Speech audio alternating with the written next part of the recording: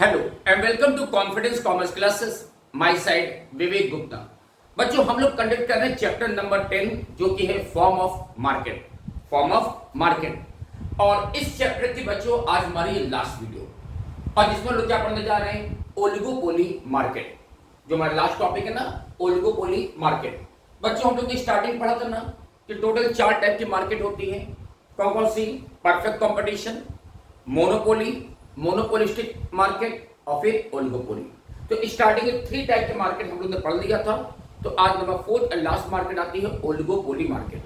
तो बच्चों सबसे पहले समझते हैं कि ये ओलिगोपोली मार्केट हम लोग कहते हैं किससे।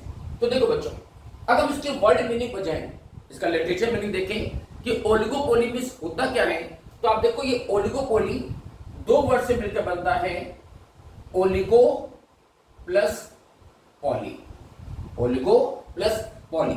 तो अगर इसके वर्ड मीनिंग देखें तो बच्चों ओलिगो मींस होता है फ्यू और पॉली बोलते हैं सेलर को। Poly means seller. तो अगर इसके वर्ड मीनिंग देख रहे हैं तो बच्चों ओलिगोपोली वर्ड का मींस होता है फ्यू सेलर।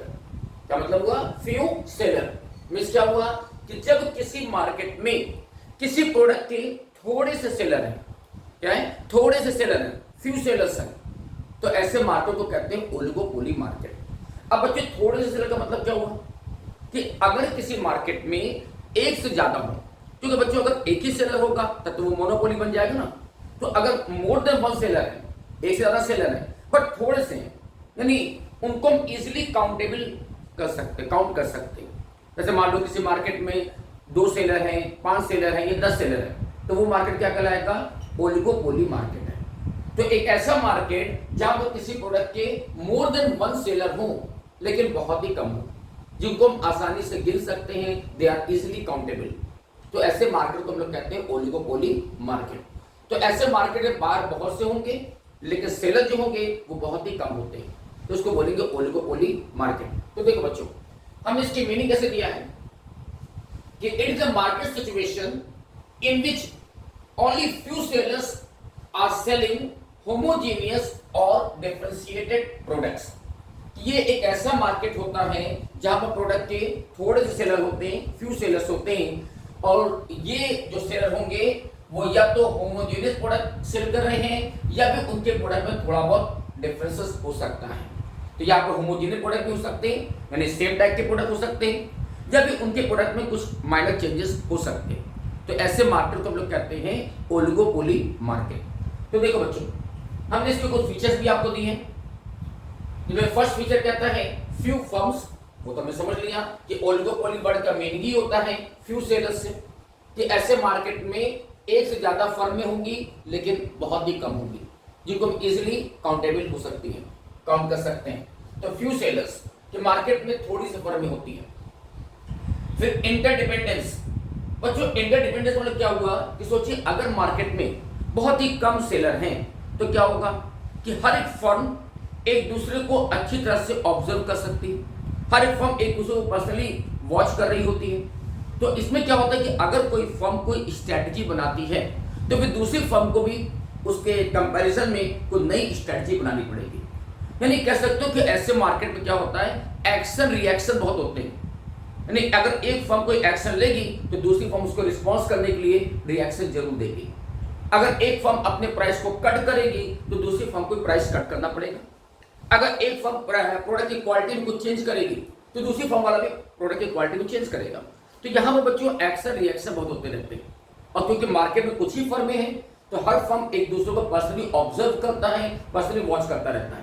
तो अगर दूसरी फर्म कोई एक्शन ले रही है तो हमें भी उसको रिस्पॉन्स देना होगा।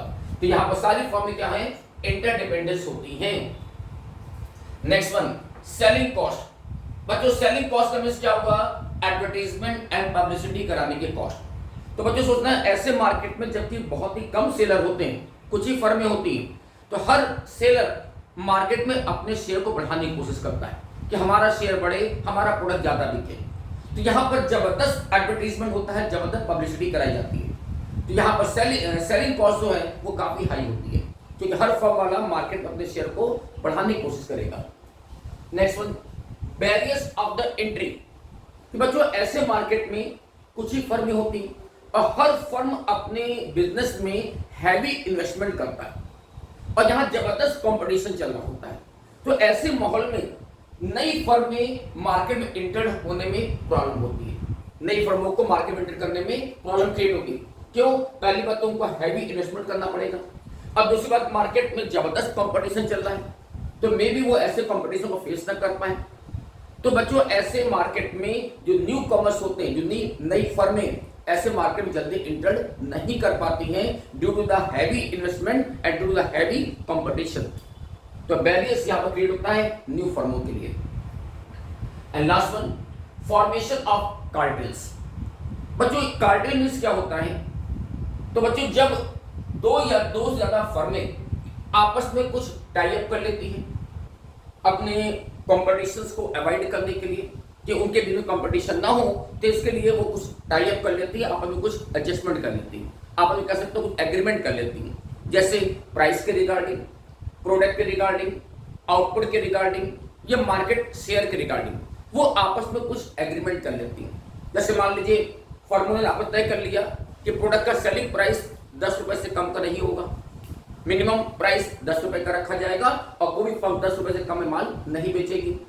या फिर मार्केट शेयर बांट दिया गया कि भाई ईस्ट आपका वेस्ट हमारा, या फिर आपने आउटपुट का कोटा फिक्स कर लिया कि कोई भी फर्म मैक्सिमम साल में 10,000 यूनिट का ही प्रोडक्शन करेगी।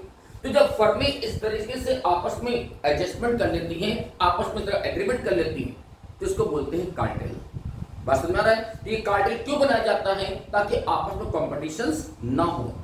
तो समटाइम बच्चों फर्में आपस में कंपटीशन को अवॉइड करने के लिए प्राइस के रिगार्डिंग, आउटपुट के रिगार्डिंग या मार्केट शेयर के रिगार्डिंग कुछ एग्रीमेंट कर लेती हैं, तो वो कहलाता है कार्टेल।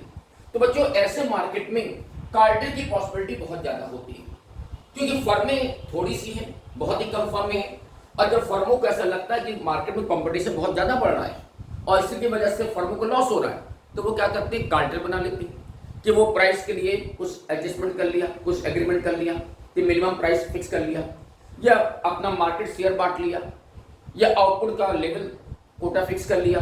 तो यहाँ पर कार्टेल की पॉसिबिलिटी ज्यादा होती है, फर्में आपस में मोस्टली एग्रीमेंट कर लेती है, एडजस्टमेंट कर लेती है। चलिए, तो ये थे हमारे फीचर्स ऑफ ओलिगोपोली मार्केट। चलिए आगे बढ़ते हैं। तो लास्ट टॉपिक आता है बच्चों टाइप्स ऑफ ओलिगोपोली, कि ओलिगोपोली भी दो टाइप का हो सकता है। कैसे? कोलिसिव ओलिगोपोली एंड नॉन कोलिसिव ओलिगोपोली।